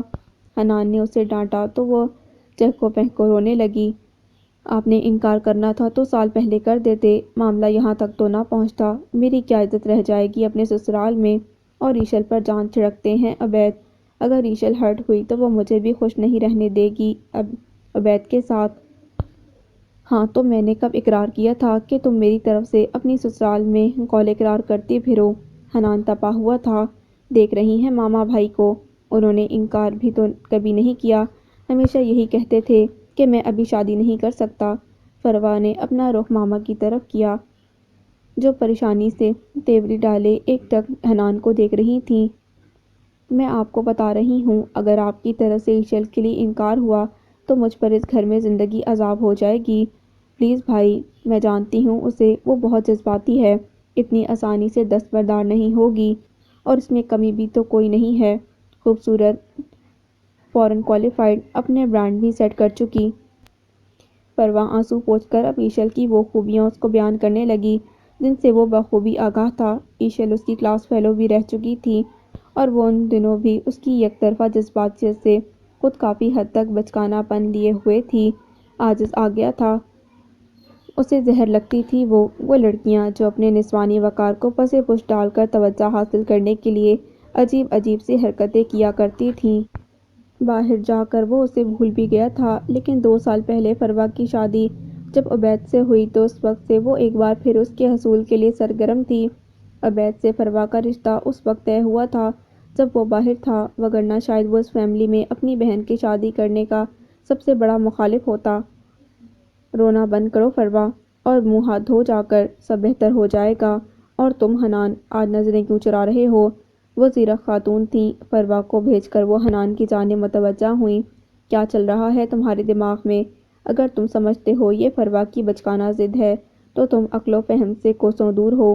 اگر میں تمہیں یہ بتاؤں پروا سے عبید کی شادی ایشل کی خواہش پر ہوئی تھی، اور شادی کے محض ہفتے بعد ہی پروا کے ہاتھ جب ایشل کا رشتہ بھیجا گیا تو سب سے پہلا انکار میری طرف سے ہوا تھا، تو یقین کرو گے اس پر؟ حنان ناسمجھی سے انہیں دیکھ کر رہ گیا۔ میں نے فوراً سے بیشتر مسز آفتاب کو کہہ دیا تھا کہ میں ادلے بدلے کے اس فرسودہ رواج پر یقین نہیں رکھتی۔ اس پر انہوں نے بھی ایشل کی خواہش بلکہ ضد نما خواہش بتا کر پروا اور عبید کی خوشیوں میں درپیش آنے والی ممکنہ رکاوٹوں سے مجھے آگاہ کر کے اتنے ہی مہذب انداز میں مجھے سوچنے کا ٹائم دیا تھا جتنے مہذب انداز میں نے ان سے اس رشتے سے معذرت کی تھی۔ میرے سامنے کوئی دوسرا آپشن نہیں تھا۔ عبید اور فروا ہر لحاظ سے آسودہ تھے۔ اس دن سے لے کر آج تک اس گھر میں فروا کو کسی بھی قسم کی کوئی پریشانی نہیں ہوئی، کیونکہ میں نے مسز آفتاب کو 2 ماہ بعد اس روز ہاں کہہ دی تھی جب فروا ہنی مون کے بعد یورپ سے لوٹی تھی۔ اس کے چہرے کی چمک اور لبوں پر دوڑتی مسکراہٹ نے وہ کام ایک لمحے میں کروا دیا تھا جس کے لیے میں نے 2 ماہ دن رات جاگ کر سوچ بچار کرتے گزار دیے۔ لیکن یہ بات یاد رکھنا کہ فروا کو یہ ساری تفصیلات نہیں معلوم۔ اگر اسے یہ باتیں پتہ چل جاتی تو اس کی شادی شدہ زندگی کا سارا اعتماد ڈاواڈول ہو جاتا۔ لیکن اب فروا کا اس طرح آنا اور رونا دھونا اس بات کا غمازی تھا کہ مسز آفتاب اب ہماری طرف سے واضح پیش رفت چاہتی ہیں۔ حنان سر ہاتھوں میں گرائے بیٹھا تھا۔ لیکن ماما، آپ نے فروا کی شادی کو بچانے کے لیے میری خوشیوں کا سودا تو کر لیا نا؟ وہ شکوہ کناں تھا۔ جو لڑکی ایک لڑکے کو پانے کے لیے اس حد تک پلاننگ کر سکتی ہے وہ اس کو آئندہ زندگی میں کون سی خوشی دے گی؟ میری بات ابھی پوری نہیں ہوئی حنان۔ میں نے ہر طرح سے ایشل کو پرکھا ہے۔ وہ جذباتی لڑکی ہے لیکن کسی قسم کی اخلاقی گراوٹ کا شکار نہیں۔ اگر مجھے کہیں سے بھی کوئی منفی اشارہ ملتا تو میں اتنے سنگ دل نہیں کہ ایک اولاد کی خوشیوں کی خاطر دوسری کو بھیٹ چڑھا دوں۔ سو یو ڈونٹ وری اور خود کو آمادہ کرو۔ 1 ہفتے کے بعد ان لوگوں کو انوائٹ کر کے میں نکاح کی تاریخ فائنل کروں گی۔ کیا نکاح؟ وہ اچھلا۔ نو نیور، میں نکاح نہیں کر سکتا۔ آپ کچھ ٹائم تو دیں مجھے۔ میں الجھ گیا ہوں بری طرح۔ پلیز ماما، میں کسی کو دکھ نہیں دینا چاہتا، نہ آپ کو، نہ فروا کو اور نہ ہی کسی اور کو۔ ذہن میں عبیرہ کی شبیہ ابھری تھی۔ It's okay, take your time but be positive. اپنے مزاج کے برخلاف انہوں نے تحمل مزاجی سے حنان مجید کو سنبھالا تھا۔ وہ مجید میر کا پرتو تھا اور عافیہ مجید جانتی تھی کہ مجید کی طرح وہ بھی خود غرض نہیں ہو سکتا تھا۔ سو ساری حقیقت میں کسی حد تک مبالغہ آمیزی کر کے انہوں نے اس کے ویک پوائنٹ پر وار کیا تھا۔ مسز آفتاب نے ایشل کی خواہش سے انہیں آگاہ ضرور کیا تھا لیکن فروا کی خوشیوں سے اسے مشروط نہیں کیا تھا۔ لیکن عافیہ کے لیے اس رشتے میں بہت کشش تھی۔ ایشل دولت، ذہانت، خوبصورتی کے مروجہ معیار سے کہیں آگے تھی اور اب تو اپنا برانڈ بڑی کامیابی سے سیٹ کر چکی تھی۔ ایسی بہو ہی چاہیے تھی انہیں۔ انہوں نے کیلکولیٹڈ زندگی گزاری تھی اور دوسروں کے لیے بھی یہی چاہتی تھیں۔ وہ ساری رات بلکہ اگلی کئی راتیں بھی حنان نے جاگ کر گزاری تھیں۔ عبیرہ کے ساتھ نکاح کے وقت اس کا ذہن صاف سلیٹ تھا۔ بابا کی خوشی اس کے لیے اہم تھی، سو وہ لڑکی اس کے نکاح میں آ گئی۔ یہ اور بات کہ جتنی آسانی سے وہ اس کی زندگی میں آئی تھی اتنی ہی آسانی سے وہ اس کی ترجیحات میں پس پش چلی گئی۔ جب وہ بابا کے بعد زندگی میں الجھی ڈور سلجھانے میں جٹ گیا تھا، کبھی بھولے بسرے خیال آتے ہی تو فیوچر پلاننگ کے کھاتے میں ڈال کر وہ حال میں جینے لگا۔ ہاں، لیکن یہ بات تھی کہ اس نکاح کے بعد اسے بے شمار لڑکیاں ملیں اپنی پریکٹیکل لائف میں، لیکن اس کا ذہن کبھی نہیں بھٹکا۔ اس نے جب بھی زندگی میں پڑاؤ کرنا چاہا تو اسی دروازے پر جانا تھا۔ اس کا ساتھ یقیناً حنان کو خوشی دیتا، یہ دعویٰ بابا کا تھا۔ لیکن اب گزشتہ چند ماہ میں وہ عبیرہ کو اتنا جان گیا تھا کہ وہ نازک سی لڑکی سنبھال کر رکھے جانے کے قابل تھی۔ کسی آبکینے کی مانند باوقار اور سلجھی ہوئی شخصیت اس کی ظاہری خوبصورتی سے بھی بڑا پلس پوائنٹ تھا اس کے نزدیک، اور ہر گزرتے دن کے ساتھ اسے دیکھ کر اپنے اندر طمانینت اترتی محسوس کرتا۔ وہ بہت زیادہ نہیں بولتی تھی، اسے اپنا بھرم عزیز تھا، لیکن جب وہ دادی کے ساتھ ہنس بول رہا ہوتا تھا تو عبیرہ اسے دیکھتے ہوئے گم سی ہو جاتی۔ اس کی آنکھیں اس کا حال دل عیاں کرنے لگتی تھیں۔ اس کے دل میں بھی حنان کی چاہت پیدا ہو گئی تھی۔ حنان سے نظریں ملنے پر اس کا فوراً نظریں چرا لینا بھی ایک لاشعوری کوشش ہوتی اپنا اندر چھپانے کی۔ حنان کو اس کی آنکھوں کی چمک اور چہرے پر کھلتے رنگ سب سمجھ میں آ رہے تھے اور اچھے بھی لگ رہے تھے۔ وہ اس کی بیوی تھی، اس کے ساتھ زندگی گزارنے کی پلاننگ کرنے لگا تھا۔ اگرچہ اظہار اسے کبھی نہیں کیا تھا، اظہار کرنے میں وہ ہمیشہ کمزور تھا، لیکن شاید یہی بہتر تھا اس معصوم لڑکی کے لیے۔ وہ فروا کی خوشیاں داؤ پر لگا بھی دیتا اگر اسے امید ہوتی کہ ایسا کرنے سے عبیرہ کو اس گھر میں اس کا جائز مقام مل پائے گا۔ اگر ماما کی ضد میں وہ اس گھر میں آتی تو ساری زندگی اچھوت بن کر گزارنی پڑتی اسے۔ وہ سادہ سی لڑکی سازشوں کا مقابلہ کیسے کر پائے گی؟ مجھے دادی کو اپنا فیصلہ سنا دینا ہوگا۔ ابھی وقت ہے عبیرہ کے پاس۔ اس نے جذبات ایک طرف رکھ کر منطق کے لحاظ سے سوچ بچار کی تھی، اور منطق کو دلوں کے ٹوٹنے اور جڑنے سے غرض نہیں ہوتی۔ ایک ہفتے سے اس کا دادی کے پاس چکر نہیں لگا تھا۔ عبیرہ بے چین تھی، دادی بھی اس کی بے کلی دیکھ رہی تھیں۔ وہ کہیں باہر کے دورے پر گیا ہوا تھا۔ اچانک ایسے کئی دنوں کے لیے غائب ہو جانا اس کی عادت ہے۔ دادی نے اس کو سنانے کے لیے خود کلامی کی تھی۔ وہ کیا کہتی کہ روز واک سے واپسی پر نیکسی کی طرف بڑھتے قدموں کو روک کر اس کے دوسرے راستے پر مڑ جانے تک کا ایک ایک لمحہ وہ کیسے سانس روک کر گزارتی ہے۔ ٹیرس پر کھلنے والی اپنے کمرے کی گلاس ونڈو میں پردے کی اوٹ سے جھانکتی اس کی آنکھیں اس وقت تک اس کے قدموں کا تعاقب کرتیں جب تک وہ اپنے پوشن میں داخل نہیں ہو جاتا تھا۔ اس کا دل جو کئی دنوں سے خوش فہمی کا شکار ہو چلا تھا، اب کسی انہونی کی خبر دے رہا تھا، اور آج جب وہ اتنے دنوں بعد دادی کے پاس بیٹھا اپنا حال دل سنانے کو تیار تھا، وہ جان کر سامنے نہیں آئی۔ دادی کے قدموں میں بیٹھا ان کی گود میں سر رکھ کے ساری کہانی سنانے کے بعد وہ اپنے فیصلے سے انہیں آگاہ کر رہا تھا۔ عبیرہ وہاں نہیں تھی، لیکن حنان جانتا تھا کہ اس کا رواں رواں سماعت بن کر ان کے الفاظ کا زہر اپنے اندر اتار چکا ہوگا۔ دادی کو رنج ہوا، بہت شدید رنج۔ اس کے بالوں میں ہاتھ پھیرتے ہوئے وہ اسے تسلی کا ایک لفظ بھی نہ بول سکیں۔ کافی وقت دادی کے ساتھ گزار کر وہ جانے کے لیے اٹھ کھڑا ہوا۔ عبیرہ لاؤنج میں کچن کاؤنٹر کے ساتھ کھڑی تھی جب وہ دادی کے کمرے سے نکلا۔ ایک لمحے کو دونوں کی نظریں ملی تھیں۔ سرخ سوجی ہوئی آنکھیں گواہ تھیں کہ وہ حنان کا فیصلہ سن چکی تھی۔ آئی ایم سوری عبیر، میں تمہارے قابل تھا ہی نہیں۔ تمہارا نقصان ناقابل تلافی ہے، لیکن میں تمہیں یقین دلاتا ہوں کہ تمہاری لائف سیٹل ہونے تک تم میری ذمہ داری ہو۔ میں پھپھو سے بات کروں گا اس سلسلے میں۔ بہت جلدی کوئی بہتر سبب بن جائے گا۔ انہوں نے مجھے بتایا تھا کہ عائشہ کی شادی میں کئی لوگوں نے ان سے تمہارا پوچھا تھا۔ بات کرتے کرتے وہ دھیرے سے ہنسا جیسے خود کو اذیت دے رہا ہو۔ عبیر بغیر پلکیں جھپکائے یک ٹک اسے دیکھ رہی تھی۔ اس نے اسے عبیر کہا تھا، عبیر اس کو صرف بابا کہتے تھے، باقی پوری دنیا کے لیے وہ عبیرہ تھی۔ تم بہت اچھی ہو عبیر۔ اوہ پھر عبیر، اس نے آنکھیں میچی زور سے۔ میں ضمانت دیتا ہوں تمہیں کہ تم ہمیشہ خوش رہو گی۔ نہیں چاہیے مجھے آپ کی ضمانت۔ وہ ہوش میں آئی تھی ایک دم، اور نہ ہی مجھے خوشیاں چاہیے۔ اس کا لہجہ چیختا ہوا تھا۔ میں اسی حال میں خوش ہوں، بس مجھے یہیں رہنے دیں دادی کے ساتھ۔ وہ جیسے کر لائی تھی۔ آپ اپنی زندگی شروع کریں، ضرور کریں، لیکن پلیز مجھے بے امان نہ کریں۔ میں آپ کے آگے ہاتھ جوڑتی ہوں حنان۔ میں کبھی کوئی حق نہیں جتاؤں گی، نہ کبھی آپ کے راستے میں آؤں گی۔ مجھے بے صحبہ مت کریں، مجھ سے اپنا نام نہ چھینیں پلیز۔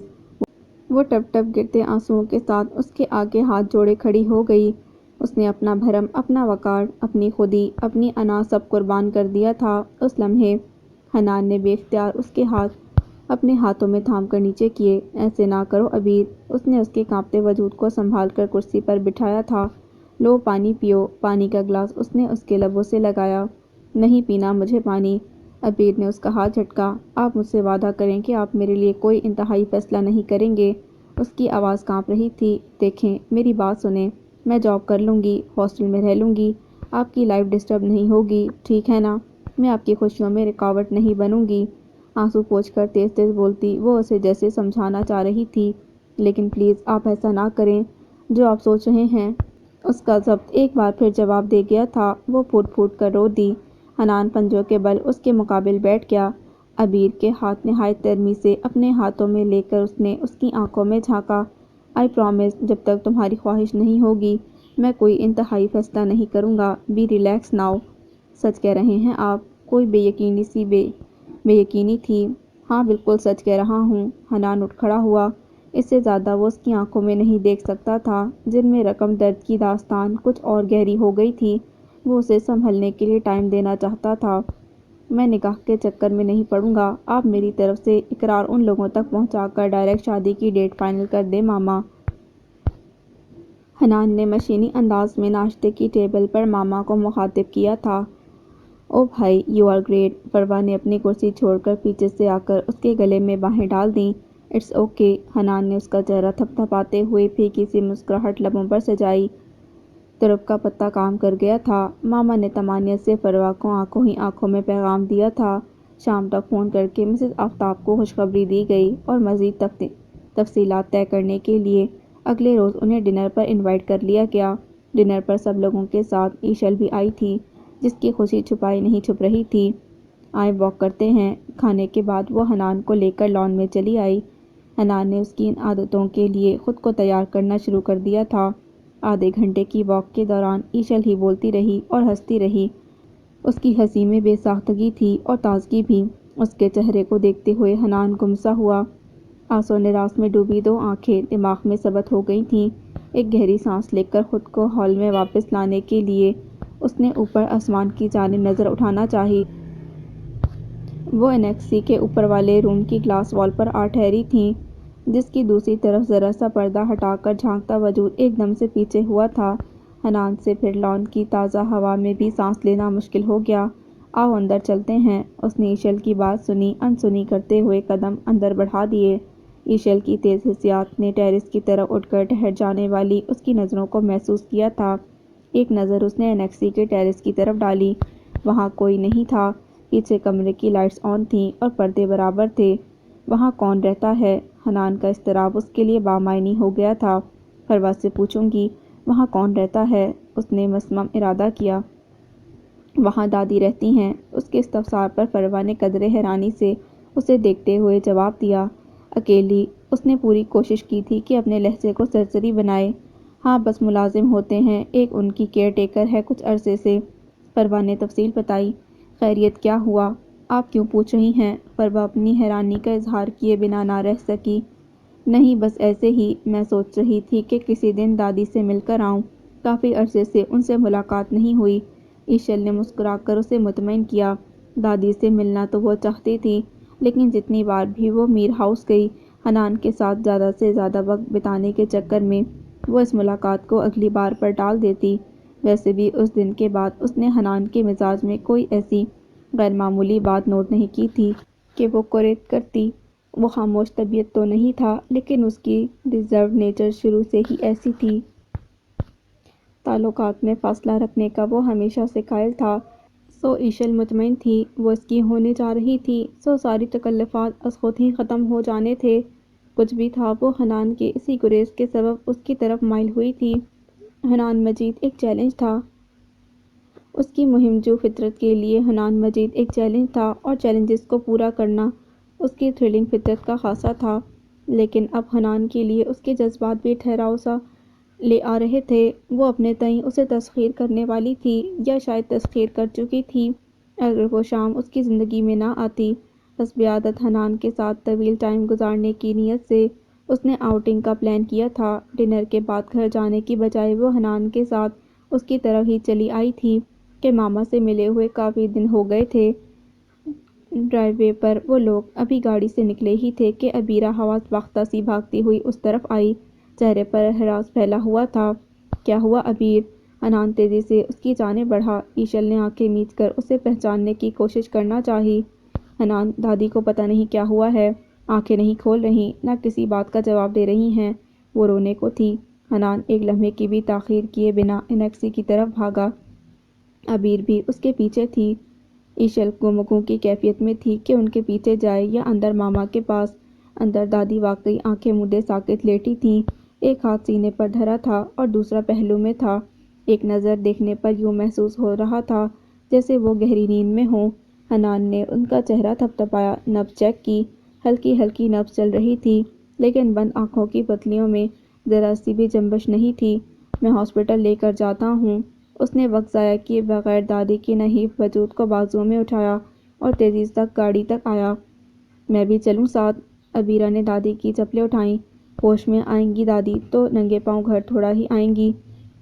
وہ کسی بھی خدشے کو دل میں جگہ دینے کو تیار نہیں تھی۔ میں چلوں ساتھ؟ ایشل اس ساری بھاگ دوڑ میں کسی بھی قسم کی جذباتیت کے بغیر مشینی سے انداز میں ان کے ساتھ تھی۔ نہیں، تم رہنے دو، عبیر چل رہی ہے ساتھ۔ تم اندر جا کر ماما کو انفارم کر دو پلیز۔ گاڑی کی پچھلی سیٹ پر دادی کو لٹا کر اس نے ایشل کو ہدایت دیتے ہوئے ڈرائیونگ سیٹ سنبھالی تھی۔ عبیرہ دادی کا سر گود میں رکھے ان کے ساتھ پچھلی سیٹ پر تھی۔ ان کی گاڑی گیٹ سے نکلنے تک ایشل وہیں کھڑی ساکت صورتحال کا تجزیہ کرتی رہی، پھر ماما کو بتانے اندر گھر چلی گئی۔ ابیرہ کی ساری دعائیں، سارے آنسو، حنان کے بڑے بڑے ڈاکٹر کو ایمرجنسی ہال، کچھ بھی کام نہ آیا۔ دادی کے دل نے نہایت خاموشی سے اپنی دھڑکن ختم کر دی تھی۔ اس سے پہلے ماما، بہروز بھائی یا سمیر میں سے کوئی بھی ہاسپٹل پہنچتا، حنان دادی کے مردہ وجود کے ساتھ ایک زندہ لاش کو سنبھالے گھر واپس آ گیا تھا۔ انہونی ہو گئی تھی، وہ شاید ایک بار پھر بے سائبہ ہونے والی تھی۔ آنسو اس کی آنکھوں میں جم گئے تھے۔ پتھرائی ہوئی آنکھوں سے وہ دادی کے آخری سفر پر روانگی تک پھپھو، عائشہ اور فاطمہ کے ساتھ ان کے سرہانے بیٹھی رہی۔ کون آیا کون گیا اسے کچھ خبر نہیں تھی۔ خبر تھی تو بس یہ کہ اس گھر میں اس کی موجودگی کا جواز ختم ہو گیا ہے۔ حنان خود بھی بہت دل گرفتہ تھا، لیکن اصل تشویش اسے عبیر کی حالت دیکھ کر ہو رہی تھی۔ ماما سے اس نے کہہ دیا تھا کہ جذباتی دھچکے سے سنبھلنے تک وہ وہیں انیکسی میں رہے گی۔ پھپھو نے رسمی طور پر بھی حنان کو نہیں کہا تھا کہ وہ اسے اپنے ساتھ لے کر جا سکتی ہیں۔ وہ حنان کو اس لڑکی کے معاملے میں اب کوئی رعایت دینے پر تیار نہیں تھیں۔ حنان کو خود سنبھالنا چاہیے سارے معاملے کو۔ دادی کی بار بار کہی گئی بات پر وہ بھی قائل ہو گئی تھیں۔ اور رہی ماما، انہوں نے تو فی الوقت اعتراض نہیں کیا تھا، لیکن بڑی بے دردی سے عبیرہ کی اس حالت کو اس کا ڈرامہ قرار دے دیا تھا۔ بقول ان کے ایسی کیا جذباتی وابستگی کہ اس کا صدمہ ہی کم نہیں ہو رہا۔ ویسے یہ لڑکی ہے کون؟ سنان، ماما کا اکلوتا بھانجا، دادی کی آخری رسوم میں شرکت کے لیے دبئی سے آیا تھا اور آج کل وہیں مقیم تھا۔ تمہارے انکل کے دوست کی بیٹی ہے۔ باپ کے مرنے کے بعد کوئی والی وارث نہیں تھا تو حنان صاحب اپنی دادی کے ساتھ مل کر یہاں لے آئے۔ سنان نے پرسوچ انداز میں ہنکار ابھرا۔ اچھا تم سناؤ، شادی کیسی جا رہی ہے تمہاری؟ زوبیہ سیٹ ہوئی یا نہیں؟ کم آن خالہ، چھوڑیں زوبیہ کو۔ آپ کی بہن نے یہ جو توق میرے گردن میں ڈال دیا ہے نا، میں عاجز آ گیا ہوں اس سے۔ سنان کا حلق تک کڑوا ہو گیا تھا زوبیہ کے ذکر سے۔ اس کو شوہر نہیں ملازم چاہیے تھا جیسے وہ اپنے اشاروں پر چلا سکے۔ اب تو ماما بھی پچھتا رہی ہیں۔ خیر تم بھی تو کچھ کم نہیں ہو، تمہیں بھی اپنے آپ کو کچھ بدلنا چاہیے۔ ماما نے صاف گوئی اختیار کی۔ اچھا چھوڑیں خالہ، 4 دن کی زندگی ہے، انجوائے کر کے گزارنے دیں۔ وہ موبائل آن کر کے اس میں مصروف ہو گیا۔ عافیہ بھی اس کو اس حال پر چھوڑ کر وہاں سے اٹھ گئی۔ وہ گہری نیند میں تھا جب اس کو اپنے سیل کی وائبریشن محسوس ہوئی۔ مندی مندی آنکھیں کھول کر اس نے ٹائم دیکھا، 2:30 بج رہے تھے۔ فون ایک بار پھر وائبریٹ کر رہا تھا۔ اس وقت کون ہو سکتا ہے؟ اس نے سائڈ ٹیبل سے فون اٹھاتے ہوئے سوچا تھا۔ عبیرہ کالنگ۔ اسکرین پر نظر پڑتے ہی اس کی ساری نیند اڑ گئی تھی۔ 4 مسڈ کال تھی عبیرہ کے نمبر سے۔ آج سے پہلے اس نے زندگی میں اسے کبھی کال نہیں کی تھی۔ ضرور کوئی مسئلہ ہوگا۔ اس نے فوراً سے پہلے کال ریسیو کی تھی۔ ساتھ ہی لائٹس آن کرتا ہوا وہ دروازہ کھول کر ٹیرس پر نکل آیا۔ حنان، باہر کوئی ہے، کافی دیر سے دستک دے رہا ہے اور اب تو پچھلی طرف سے کھڑکی کھولنے کی بھی کوشش کر رہا ہے۔ عبیرہ کی آواز گھبرائی ہوئی تھی۔ کوئی نہیں آ سکتا عبیرہ، باہر گیٹ پر گارڈز ہیں، تمہارا وہم ہوگا۔ اس نے اسے تسلی دینا چاہی۔ نہیں حنان، مجھے ڈر لگ رہا ہے، پلیز کچھ کریں، وہاں کوئی ہے واقعی۔ عبیرہ کی آواز میں واقعی خوف تھا۔ اچھا میں دیکھتا ہوں، تم بیڈ روم لاک کر لو، میں آ رہا ہوں۔ وہ اس کا وہم دور کرنا چاہ رہا تھا، لیکن پچھلا دروازہ کھول کر وہ گھوم کر نیکسی کی طرف گیا تو وہاں واقعی کوئی تھا جو آہٹ پا کر دوسری طرف بھاگا تھا۔ حنان کی ساری بے فکری اڑن چھو ہو گئی تھی۔ گارڈز کی موجودگی میں باہر سے کوئی نہیں آ سکتا تھا، لیکن اگر گھر کے کسی مکین کے دل میں بے ایمانی آ جائے تو وہ جو کوئی بھی تھا گھر کے اندر سے ہی تھا، اور گھر میں سنان کے علاوہ اور کون تھا؟ سنان! اس نے مٹھیاں بھیج کر غصہ کنٹرول کیا تو اس نے یہ حرکتیں ابھی تک نہ چھوڑیں۔ اشتعال کی لہر اس کے وجود میں پھیل گئی تھی۔ میں آ گیا ہوں عبیر، دروازہ کھولو۔ اس نے کال کر کے فقط اتنا ہی کہا تھا اور عبیر نے دروازہ کھولنے میں تاخیر نہیں کی۔ شکر ہے آپ آ گئے حنان، میرا وہم نہیں تھا، میں نے کھڑکی پر عکس بھی دیکھا تھا۔ خوف سے اس کی رنگت زرد ہو رہی تھی۔ حنان سے اس کے ہاتھوں کی کپکپاہٹ مخفی نہ رہی۔ آؤ بیٹھو یہاں۔ وہ اسے کندھے سے تھام کر صوفے تک لایا۔ نہایت نرمی سے اسے صوفے پر بٹھا کر اس نے پانی کا گلاس اسے تھمایا جو اس نے ایک ہی سانس میں پی لیا۔ حنان، میں کہاں جاؤں، کیا کروں، میری کچھ سمجھ نہیں آ رہا۔ وہ رو دی تھی۔ بی ریلیکس، سب ٹھیک ہو جائے گا، میں ہوں نا۔ اس نے اس سارے عرصے میں شاید پہلی بار اس کو اپنے ہونے کا یقین دلایا تھا۔ عبیرہ نے چونک کر اسے دیکھا۔ وہ اسے ہی دیکھ رہا تھا۔ عبیرہ نے نظریں جھکا لیں۔ تم سونے کی کوشش کرو اپنے روم میں جا کر، میں یہیں بیٹھا ہوں۔ صبح سرونٹ کوارٹر سے کسی کو بلوا کر ہی جاؤں گا یہاں سے۔ اس نے اسے تسلی دی۔ مجھے اب نیند نہیں آئے گی، ویسے بھی صبح ہونے والی ہے۔ میں کافی بناؤں آپ کے لیے؟ ہاں بنا لو۔ اس نے صوفے کی پشت سے سر ٹکا کر آنکھیں موند لیں۔ کنپٹیاں درد کر رہی تھیں۔ میں اس لڑکی کو یوں حالات کے حوالے نہیں کر سکتا۔ صبح ماما سے فائنل بات کروں گا۔ اپنے اندر ضمیر کی چبھن لیے وہ مزید نہیں جی سکتا تھا۔ وہ تھک گیا تھا اپنے اندر کی جنگ سے۔ پربا کی خوشی، ماما کی خواہش، ایشل کو راضی رکھنا اس کو اپنا آپ روبوٹ لگنے لگا تھا، کسی بھی قسم کے جذبے کے بغیر۔ لیکن ابیرہ کے ساتھ جو ہوا تھا وہ اس کے اعصاب کو توڑ رہا تھا۔ وہ اپنے گھر کی سازشوں سے بچا کر ابیرہ کو اچھی زندگی دے رہا تھا اپنے تئیں، لیکن کیا ضمانت تھی کہ آئندہ جس گھر میں وہ شادی ہو کر جائے گی وہاں اس سے سارے فرشتہ نما انسان ملیں گے؟ پھر تو طلاق کا لیبل بھی جسمہ ہوگا اس کی پیشانی پر۔ کس کس کو اپنی پاک بازی اور بے قصور ہو کر اپنی سزاوار ہونے کا یقین دلا پائے گی؟ نہیں حنان مجید، تم کسی کی خوشیوں کی ضمانت نہیں دے سکتے۔ دادی نے جیسے اس کے قریب سرگوشی کی تھی۔ تو طے ہوا، اب میرے وجود پر مزید کوئی بوجھ نہیں رہے گا، مزید کوئی سودے بازی نہیں ہوگی۔ جس کی قسمت میں جو خوشیاں ہیں وہ اس کو ضرور ملیں گی، چاہے فروا ہو یا ایشل۔ لیکن اگر یہ لڑکی برباد ہو گئی تو اس کی آہ کسی کو بھی خوش نہیں رہنے دے گی۔ وہ آنکھیں موندے حساب کتاب کر رہا تھا۔ کافی لے لیں؟ وہ اس کے لیے کافی بنا لائی۔ آؤ بیٹھو میرے پاس۔ حنان نے کافی کا مگ ٹیبل پر رکھ کر اس کا ہاتھ پکڑ کر اسے بٹھایا۔ وہ صوفے کے کنارے پر بیٹھ گئی۔ I am sorry Abeer, so sorry, میں اپنی ذمہ داری پوری نہیں کر سکا۔ میں اس رات کے لیے خود کو کبھی معاف نہیں کروں گا۔ حنان نے اس کے ہاتھ تھام کر اپنی کوتاہیوں کی معافی مانگی تھی۔ آپ کا تو اس میں کوئی قصور نہیں، قسمت کی بات ہے ساری، ابیر نے افسردگی سے کہتے ہوئے اپنے ہاتھ اس کے ہاتھوں سے نکالنے چاہے۔ بہت سے لمحے خاموشی کے سرد تھے۔ کچھ دیر پہلے کا خوف کہیں دور جا سویا تھا۔ حنان کا قرب اس کی سوچوں پر حاوی ہونے لگا تھا۔ خود سے کیے عہد کمزور پڑنے لگے۔ اس شخص کے حوالے سے اس نے جو تھوڑے بہت خواب دیکھے تھے وہ اتنی جلدی ٹوٹ گئے کہ ابھی تک ان کی گرجیاں چبھی تھیں اسے۔ اب بھی اس کی لمحاتی غربت سے کوئی خوشگوار سپنے نہ بننے لگ جائیں اس کی آنکھیں۔ وہ گھبرا کر اٹھ کھڑی ہوئی۔ میں اپنے روم میں جاؤں؟ ہاں جاؤ، تم سونے کی کوشش کرو۔ حنان نے اس کا ہاتھ چھوڑ دیا تھا۔ وہ کمرے میں چلی گئی۔ حنان وہی لاؤنج میں صوفے پر لیٹ گیا۔ ارادہ تھا کہ فجر کی اذانیں ہونے پر سرونٹ کوارٹر میں کسی کو یہاں بھیج کر وہ چلا جائے گا، لیکن سوچوں کے تانے بانے بنتے جو آنکھ لگی تو ابیرہ کے جگانے پر ہی کھلی۔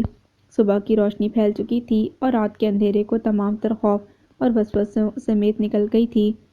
ٹھیک ہے، میں چلتا ہوں، تم دروازہ بند ہی رکھنا۔ میں کوشش کروں گا جلد از جلد یہ معاملہ سیٹل ہو جائے۔ آفس جا کر کال کروں گا تمہیں۔ وہ ٹیبل پر سے فون اٹھاتا اٹھ کھڑا ہوا۔ Take care. ہاں۔ وہ اسے دیکھ کر مسکرایا۔ اس نے نظریں جھکا لیں۔ رات گزر گئی تھی لیکن دونوں کے الجھے رشتے کی ڈور سلجھا گئی تھی۔ ماما سے سنان کی رات کی حرکت ڈسکس کرے۔ وہ سیدھا ماما کے کمرے میں آیا تھا تاکہ سنان کو آج یہاں سے چلتا کیا جائے، لیکن سنان پہلے سے ہی وہاں تھا۔ اوہ تم بھی یہاں، چلو اچھی بات ہے۔ اسے دیکھ کر ایک بار پھر حنان کے اندر اشتعال کی لہر اٹھی۔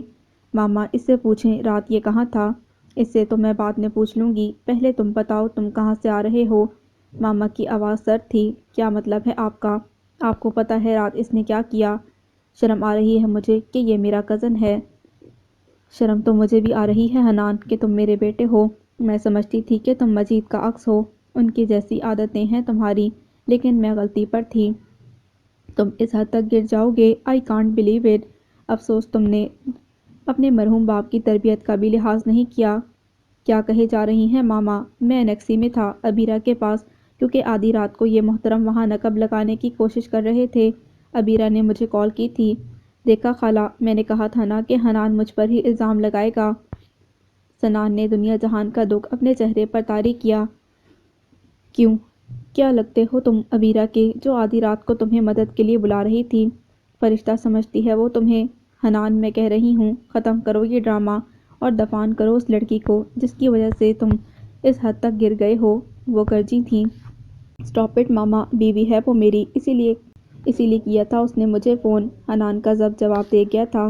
اس کے الفاظ تھے یا نوکیلے پتھر۔ ماما کا چہرہ لہو رنگ ہو گیا۔ اب راتوں رات بیوی بھی بن گئی۔ حنان بس کر دو۔ کتنے جھوٹ بولو گے اپنی غلطی کو چھپانے کے لیے؟ ماما اس کی کسی بات پر یقین کرنے کو تیار نہیں تھی۔ یہ سچ ہے ماما، بابا کی زندگی میں بابا کی خواہش پر کیا تھا میں نے نکاح، لیکن اعتزاز انکل کی زندگی تک میں نے یہ رشتہ نبھانے کی اور اپنی ذمہ داری سمجھنے کی کبھی کوشش نہیں کی تھی، لیکن اب میں مزید تاخیر نہیں کر سکتا۔ عبیرہ کو باضابطہ طور پر اپنی زندگی میں لانے کے لیے میری عزت ہے وہ، اور اپنی عزت کی حفاظت کرنا میں بخوبی جانتا ہوں۔ سنان کو زہر آلود نظروں سے دیکھتے ہوئے اس نے ایک ایک لفظ پر زور دیا تھا۔ ماما کرسی پر گرنے کے سے انداز میں بیٹھ گئیں۔ فروا، ایشل، حنان، سب کچھ گڈمڈ ہونے لگا تھا۔ حنان وہاں سے نکل کر سیدھا انیکسی کی سمت آیا تھا۔ عبیرہ کو وہاں چھوڑنے کا اب وہ رسک نہیں لے سکتا تھا۔ وہ پوچھتی رہ گئی کہ کیا ہوا ہے، لیکن وہ اسے اس کے ضروری سامان سمیت لے کر پھپھو کے گھر چلا آیا۔ پھپھو صرف 2 دن ہیں آپ کے پاس، عبیرہ کے لیے ضروری شاپنگ کر لیں۔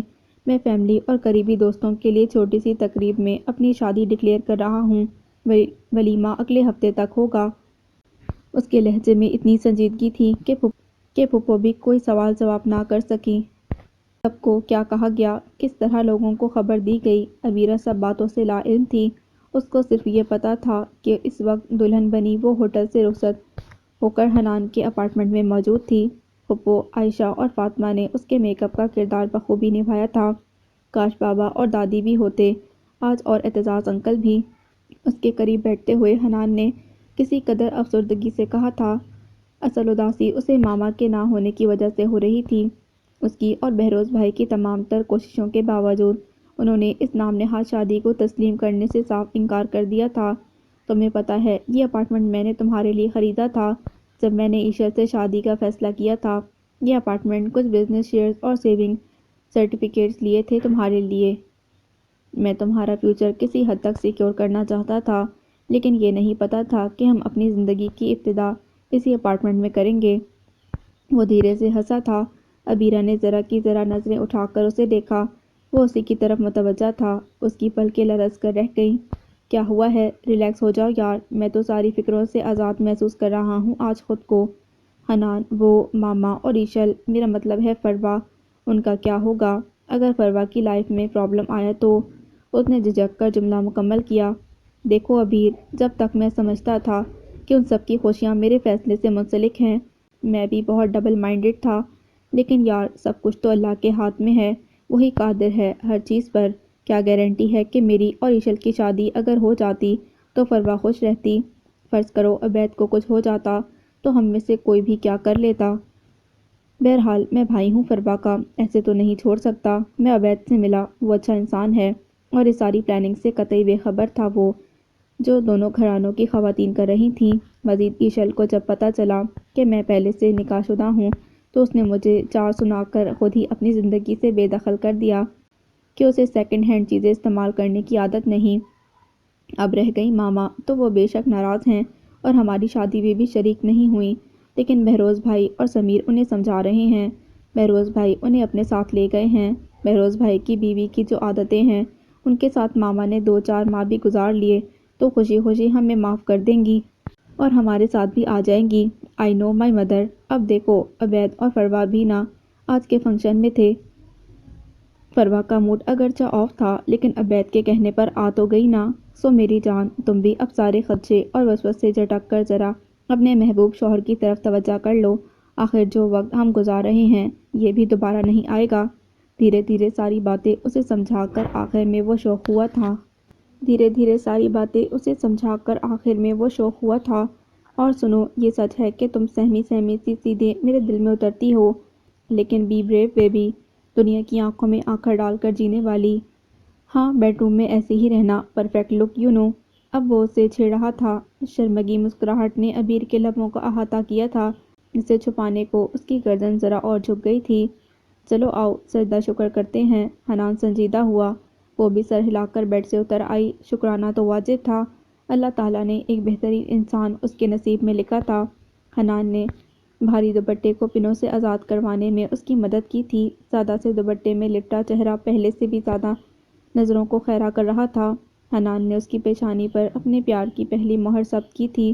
دونوں کے دل شکر گزار تھے اس رب کے جس نے آج ان کے راستے میں آنے والی تمام تر رکاوٹوں کو دور کر کے ان کے وجود کی ایک دوسرے سے تکمیل کی تھی۔ The end. So this was the end of دل اس کو ڈھونڈتا تھا۔ امید کرتی ہوں یہ آپ کو بہت پسند آیا ہوگا۔ اگر آپ کو یہ پسند آیا ہے تو پلیز میرے چینل کو سبسکرائب ضرور کریں۔ ملتے ہیں ایک نئی کہانی کے ساتھ۔ اللہ حافظ۔